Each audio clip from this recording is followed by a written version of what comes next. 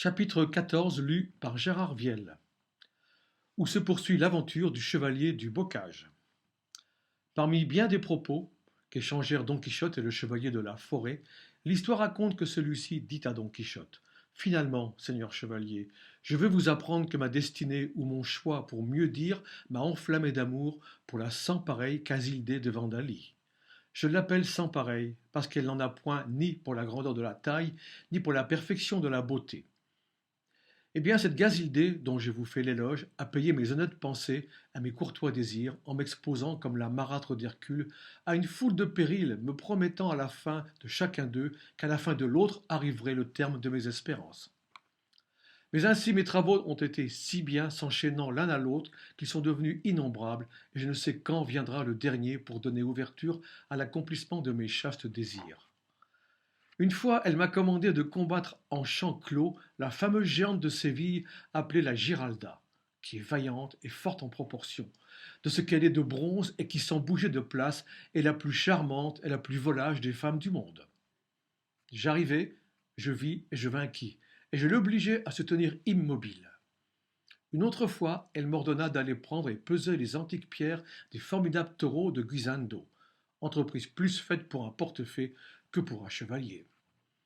Une autre fois encore, elle me commanda de me précipiter à la caverne de Cabra, péril inouï, épouvantable, et de lui rapporter une relation détaillée de ce que renferme cet obscur et profond abîme. J'arrêtai le mouvement de la Giralda, je pesai les taureaux de Guisando, je me précipitai dans la caverne et je mis à jour tout ce que cachait son obscurité. Et pourtant mes espérances ne furent pas moins mortes, ses exigences et ses dédains à moi pas moins vivants. À la fin, elle m'a dernièrement ordonné de parcourir toutes les provinces d'Espagne pour faire confesser à tous les chevaliers errants qui vaguent par ce royaume qu'elle est la plus belle de toutes les belles qui vivent actuellement et que je suis le plus vaillant et le plus amoureux chevalier du monde. Dans cette entreprise, j'ai couru déjà la moitié de l'Espagne et j'ai vaincu bon nombre de chevaliers qui avaient osé me contredire. Mais l'exploit dont je m'enorgueillis par-dessus tout, c'est d'avoir vaincu en combat singulier ce fameux chevalier Don Quichotte de la Manche, et de lui avoir fait avouer que ma Casilde de Vandalie est plus belle que sa Dulcinée du Tobosco.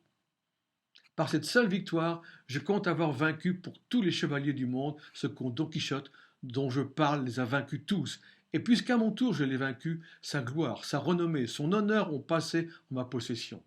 Et comme dit le poète, le vainqueur acquiert d'autant plus de gloire que le vaincu a plus de célébrité. Ainsi donc, c'est pour mon propre compte et comme m'appartenant que courent de bouche en bouche les innombrables exploits du susdit Don Quichotte. Don Quichotte resta stupéfait d'entendre ainsi parler le chevalier du Bocage, et fut 1000 fois sur le point de lui donner le démenti de ses paroles. Il eut même un "tu as menti" sur le bout de la langue, mais il se contint du mieux qu'il put afin de lui faire confesser son mensonge de sa propre bouche. Il lui dit donc avec beaucoup de calme: Que votre grâce, seigneur chevalier, ait vaincu la plupart des chevaliers errants d'Espagne, et même du monde entier, à cela je n'ai rien à dire. Mais que vous ayez vaincu Don Quichotte de la Manche, c'est là que je mets en doute. Il pourrait se faire que ce fût un autre qui lui ressemblât, bien que cependant peu de gens lui ressemblent. Comment non, répliqua le chevalier du Bocage. Par le ciel qui nous couvre, j'ai combattu contre Don Quichotte, je l'ai vaincu, je l'ai fait rendre à merci.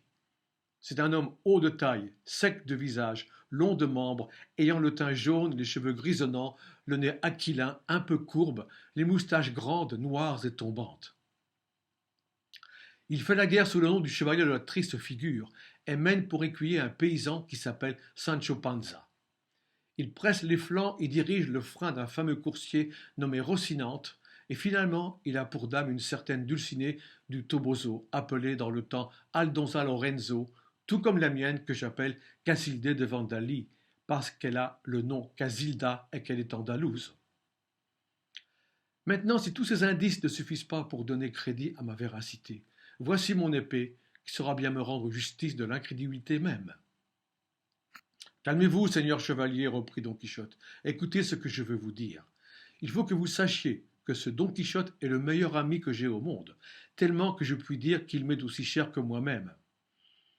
Par le signalement que vous m'avez donné de lui, si ponctuel et si véritable, je suis forcé de croire que c'est lui-même que vous avez vaincu.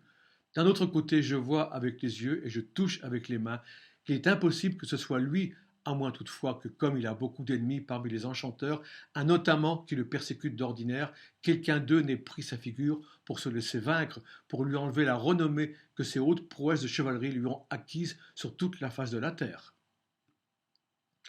Pour preuve encore de cela, je veux vous apprendre que ces maudits enchanteurs, ces ennemis ont transformé, il n'y a pas 2 jours, la figure de la personne de la charmante Dulcinée du Toboso en une vile et sale paysanne. Ils auront de la même manière transformé Don Quichotte, mais si tout cela ne suffit pas pour vous convaincre de la vérité de ce que je vous dis, voici Don Quichotte lui-même, qui soutiendra les armes à la main, à pied ou à cheval, ou de toute autre manière qui vous conviendra. À ces mots, il se leva tout debout, et saisissant la garde de son épée, il attendit quelle résolution prendrait le chevalier du bocage. Celui-ci répondit d'une voix également tranquille. Le bon payeur ne regrette point ses gages. Celui qui une première fois, Seigneur Don Quichotte, a pu vous vaincre transformé, peut bien avoir l'espérance de vous vaincre sous votre forme véritable. Mais comme il n'est pas convenable que les chevaliers accomplissent leurs faits d'armes en cachette et dans la nuit, ainsi que les brigands ou les souteneurs de mauvais lieux, attendons le jour que le soleil éclaire notre œuvre. La condition de notre bataille sera que le vaincu reste à la merci du vainqueur, pour que celui-ci fasse de l'autre tout ce qu'il plaira, pourvu toutefois qu'il soit décemment permis à un chevalier de s'y soumettre. Je suis plus que satisfait, répondit Don Quichotte, de cette option et de cette condition d'arrangement. Cela dit, ils allèrent chercher leurs écuyers, qu'ils trouvèrent dormants et ronflants dans la même posture que celle qu'ils avaient quand le sommeil les surprit. Ils les éveillèrent et leur commandèrent de tenir leurs chevaux prêts, parce qu'au lever du soleil, ils devaient se livrer ensemble un combat singulier, sanglant et formidable. À ces nouvelles, Sancho frissonna de surprise et de peur, tremblant pour le salut de son maître, à cause des actions de bravoure qu'il avait entendu conter du sien par l'écuyer du bocage. Cependant, et sans mot dire, les 2 écuyers s'en allèrent chercher leur troupeau de bêtes, car les 3 chevaux et l'âne, après s'être flairés, paissaient tous ensemble. Chemin faisant, l'écuyer du bocage dit à Sancho: Il faut que vous sachiez, frère, que les braves de l'Andalousie ont pour coutume, quand ils sont parrains dans quelque duel, de ne pas rester les bras croisés tandis que les filleuls combattent. Je dis cela pour que vous soyez avertis que tandis que nos maîtres ferrailleront, nous aurons, nous autres, à jouer aussi du couteau. Cette coutume, seigneur écuyer, répondit Sancho, peut bien avoir cours parmi les bravages que vous parlez, mais parmi les écuyers du chevalier errant, pas le moins du monde. Au moins je n'ai jamais ouï ou cité à mon maître une semblable coutume, lui qui sait par cœur tous les règlements de la chevalerie errante. D'ailleurs, je veux bien que ce soit une règle expresse de faire battre les écuyers tandis que les seigneurs se battent. Moi, je ne veux pas la suivre. J'aime mieux payer l'amende imposée aux écuyers pacifiques. Elle ne passera pas, j'en suis sûr, 2 livres de cire. Et je préfère payer les cierges, car je sais qu'ils me coûteront moins que la charpie qu'il faudrait acheter pour me panser la tête, que je tiens déjà pour cassée et fendue en 2. Il y a plus, c'est que je suis dans l'impossibilité de me battre, n'ayant pas d'épée, de ma vie n'en ai jamais porté. À cela, je sais un bon remède, expliqua l'écuyer du bocage. J'ai là 2 sacs de toile de la même grandeur. Vous prendrez l'un, moi l'autre, et nous nous battrons à coups de sac avec des armes égales. De cette façon-là, s'écria Sancho, à la bonne heure, car un tel combat nous servira plutôt à nous épouster qu'à nous faire du mal. Oh, ce n'est pas ainsi que je l'entends, répartit l'autre. Nous allons mettre dans chacun des sacs, pour que le vent ne les emporte pas, une demi-douzaine de jolis cailloux bien ronds, bien polis, qui pèseront autant les uns que les autres. Ensuite, nous pourrons nous étriller à coups de sac tout à l'aise, sans nous écorcher seulement la peau. Voyez un peu, mort de ma vie, s'écria Sancho, quelle ouate de coton et quelle marque cibouline il vous met dans les sacs pour nous empêcher de nous moudre le crâne et de nous mettre les os en poussière. Eh bien, quand on les remplirait de coton de soie, sachez, mon bon seigneur, que je ne me battrai pas. Laissons battre nos maîtres et qu'ils s'en tirent comme ils pourront. Mais nous buvons, mangeons et vivons, car le temps prend bien assez soin de nous ôter nos vies sans que nous cherchions des excitants pour qu'elles finissent avant leur terme et qu'elles tombent avant d'être mûres. Avec tout cela, reprit l'écuyer du bocage, nous nous battrons bien au moins une demi-heure. Pour cela non, répondit Sancho. Je ne serai pas si peu courtois, si peu reconnaissant qu'avec un homme qui m'a fait boire et manger, j'engage jamais aucune querelle, si minime qu'elle soit. D'autant plus que n'ayant ni colère ni ressentiment, qui diable a s'avisé de se battre à froid? Oh, pour cela, reprit l'écuyer du bocage, je vous fournirai un remède suffisant. Avant que nous commencions la bataille, je m'approcherai tout doucement de votre grâce et je vous donnerai 3 ou 4 soufflets qui vous jetteront par terre à mes pieds. Avec cela, j'éveillerai bien votre colère, fût-elle plus endormie qu'une marmotte. Contre cette botte, je sais une parade, répondit Sancho, et qui la vaut bien. Je couperai moi une bonne gaule, et avant que votre grâce vienne m'éveiller la colère, je ferai si bien dormir la sienne à coups de bâton qu'elle ne s'éveillera plus si ce n'est dans l'autre monde, où l'on sait fort bien que je ne suis pas homme à me laisser manier le visage par personne. Que chacun prenne garde à ce qu'il fait. Le plus sage serait que chacun laissât dormir sa colère, car personne ne connaît l'âme de personne, et elle va chercher de la laine qui revient tondue. Dieu a béni la paix et maudit les querelles, et si un chat qu'on enferme et qu'on excite se change en lion, moi, qui suis homme, Dieu sait en quoi je ne pourrais me changer. Ainsi donc, Seigneur écuyer, j'intime à votre grâce que dès à présent, elle est responsable de tout le mal qui pourrait résulter de notre bataille. C'est fort bien, répliqua l'écuyer du bocage. Dieu ramènera le jour où nous y verrons clair.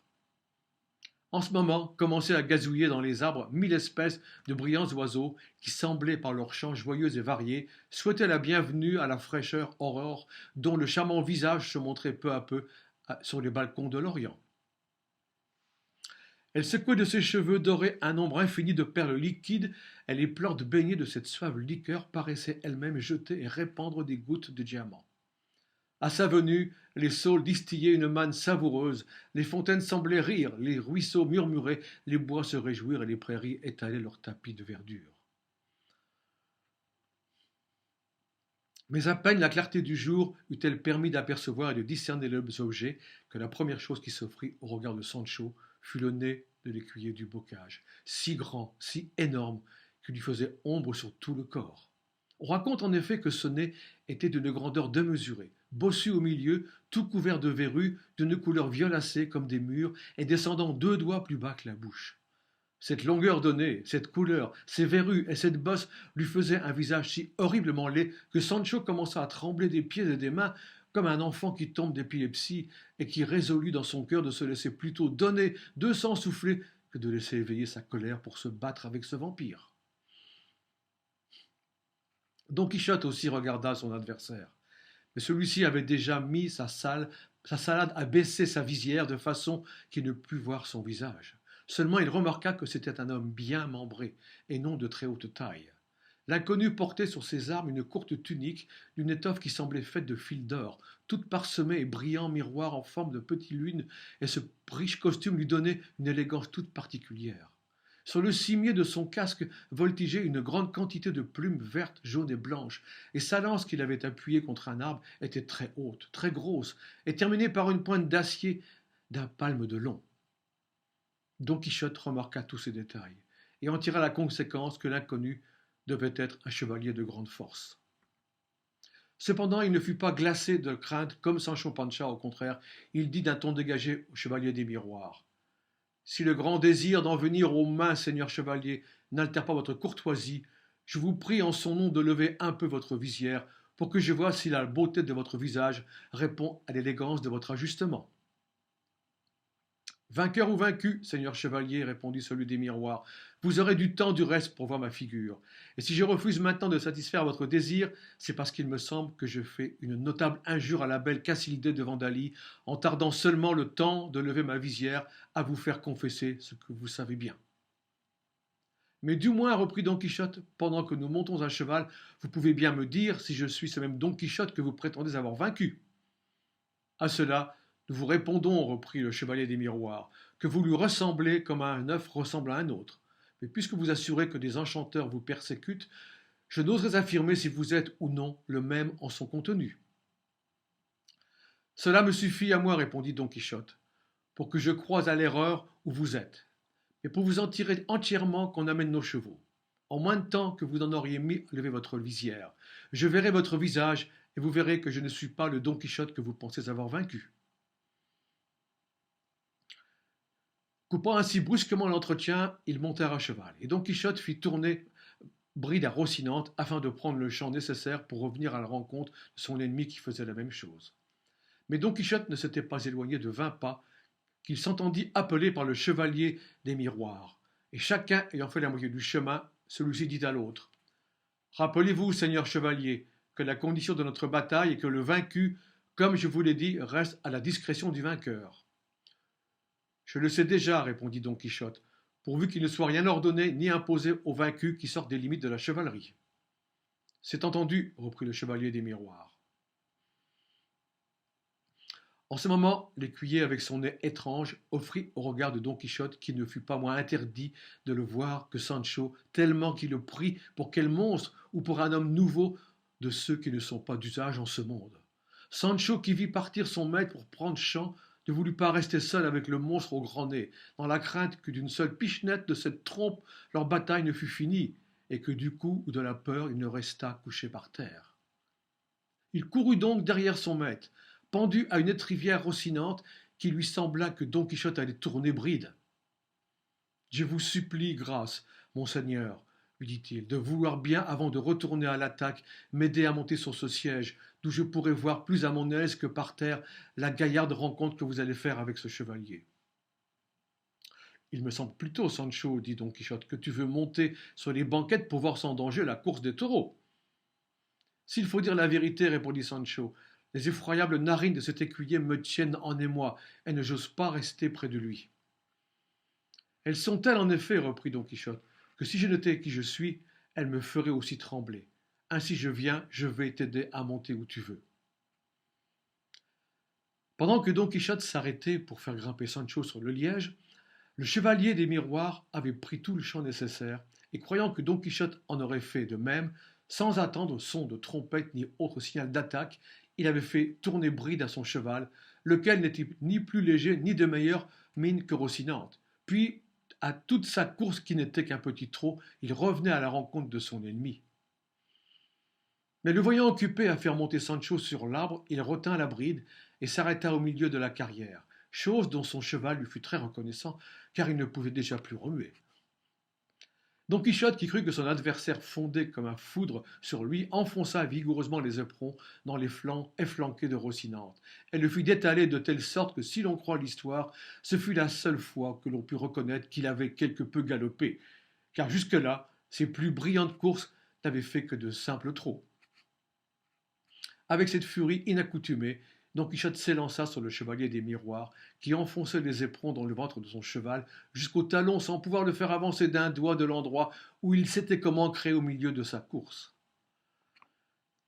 Ce fut dans cette favorable conjoncture que Don Quichotte surprit son adversaire, lequel, empêtré de son cheval et embarrassé de sa lance, ne put jamais venir à bout de la mettre seulement en arrêt. Don Quichotte, qui ne regardait pas de si près à ses inconvénients, vint en toute sûreté et sans aucun risque heurter le chevalier des miroirs, et ce fut avec tant de vigueur qu'il le fit bien malgré lui rouler à terre par-dessus la croupe de son cheval. La chute fut si lourde que l'inconnu, ne remuant plus ni bras ni jambes, parut avoir été tué sur le coup.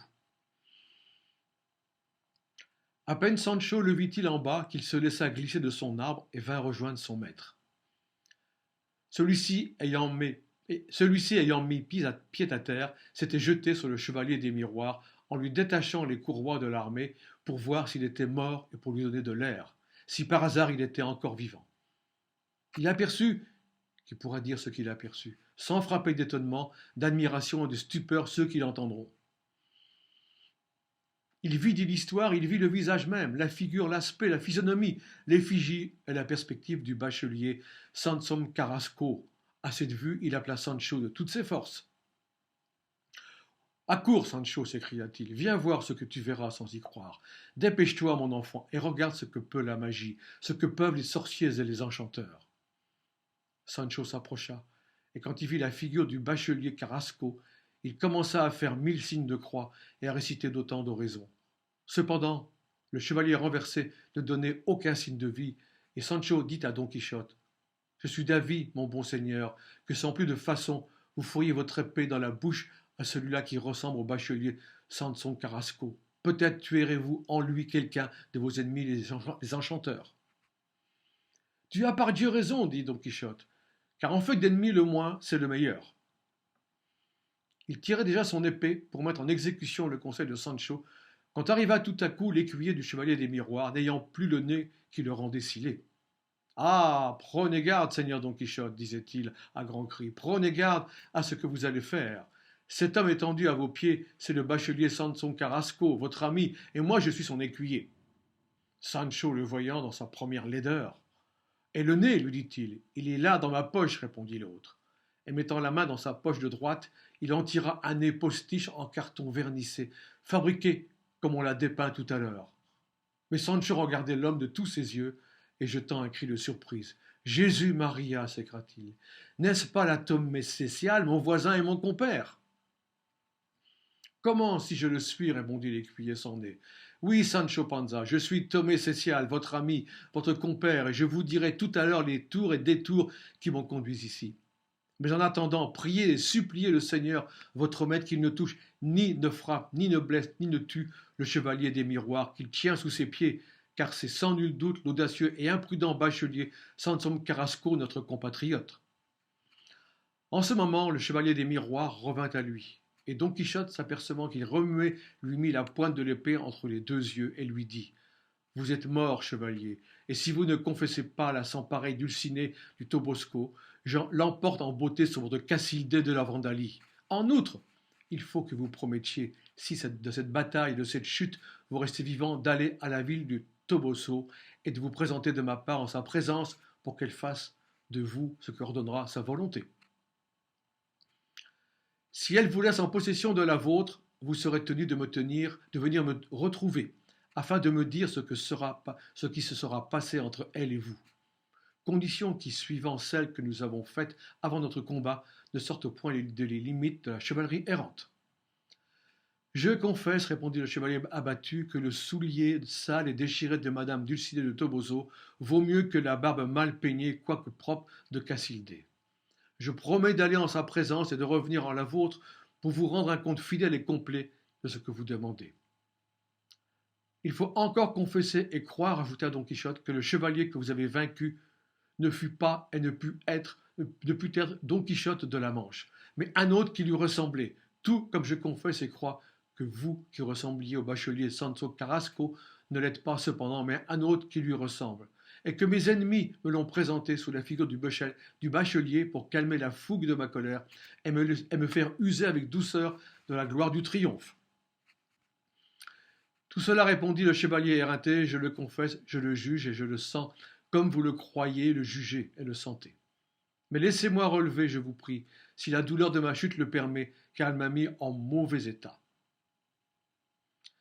Don Quichotte l'aida à se relever, assisté de son écuyer Tomé Cécial, duquel Sancho n'ôtait pas les yeux, tout en faisant des questions dont les réponses prouvaient bien que c'était véritablement le Tomé Cécial qu'il disait d'être.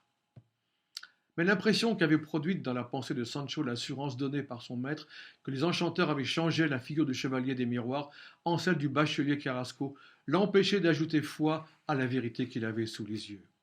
Finalement, maître et valet restèrent dans cette erreur, tandis que le chevalier des miroirs et son écuyer confus et rompu s'éloignaient de Don Quichotte et de Sancho dans l'intention de chercher quelque village où l'on pût graisser et remettre les côtes du blessé.